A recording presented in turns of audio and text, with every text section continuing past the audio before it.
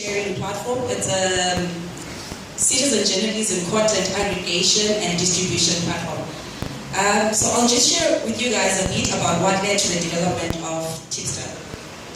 How many of you guys get to buy two different kind of newspapers or have to open two different news sites for you to get a full understanding of a particular story? This is the so that is the current state of our news sites and news environment.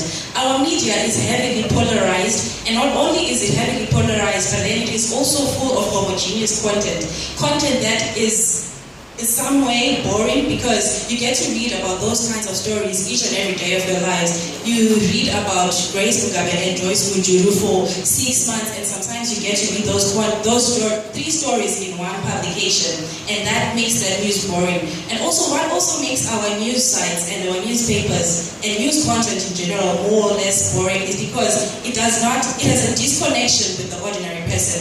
Those stories are not written by the ordinary person, and those stories and that content is controlled and regulated by certain structures that make it boring and that disconnects from us. So Tipster is a platform that is democratizing the news-making process by actually placing the power of the media into the hands of the ordinary person.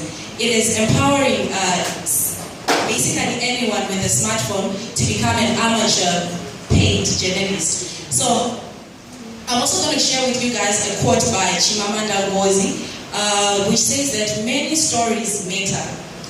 Stories have the power to dispossess and to malign, but stories also have the power to empower people and to I forgot the quote, sorry about it.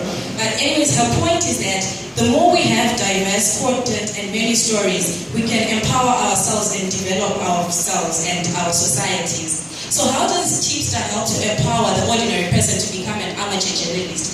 So first of all, people have to sign up on our Tipster website, and they choose whether they want to contribute content anonymously or with credentials. And after signing up, because these are ordinary people and citizen journalists who have basically no news writing training whatsoever, and because we also do not want to be running a rumor mill, so we train these tipsters. We give them information about how to verify content, how to verify their sources, stuff that will help them to authenticate themselves and to authenticate their content.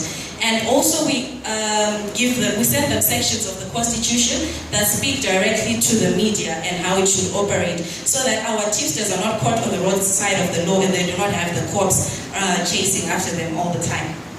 So now when people have gone through that training process of that citizen journalism training process, they then are now eligible to start contributing and submitting content to Tipster.